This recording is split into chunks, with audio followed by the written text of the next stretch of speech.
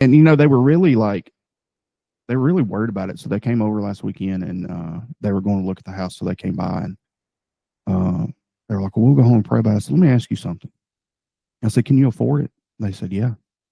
I said, is it going to hinder your day to day finances or hinder your kids from extra things or the things that you're already doing? No. Is it going to do anything negative in your life? No. I said, then why does God not want you to have it? Yeah.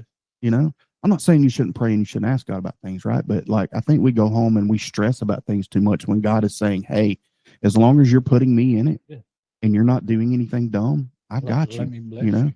And that's the thing. And they've been looking for 2 or 3 years now since they sold their other house, and they made some decisions probably they shouldn't have after they sold their other house. And they bought the little house in Dora. They're gonna, I think they're gonna end up giving it to Chris's dad or letting him live there, and they've remodeled it. But they learned is the process, and they became stewards.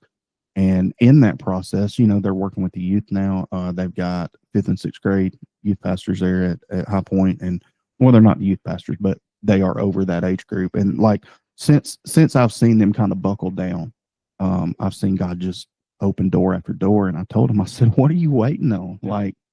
Like if you know that you will be fine regardless, then God is with you. Yeah. He's always with you, right? So they went home that night, and I told them, I said, this is what I would do. I would lay down at night, and I would pray and ask God individually, give me a number to offer.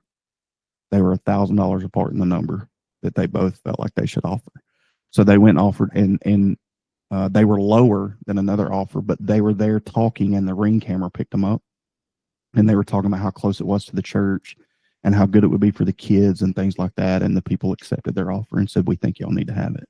And I was like, man, that just goes to show you how God is always in what we're doing if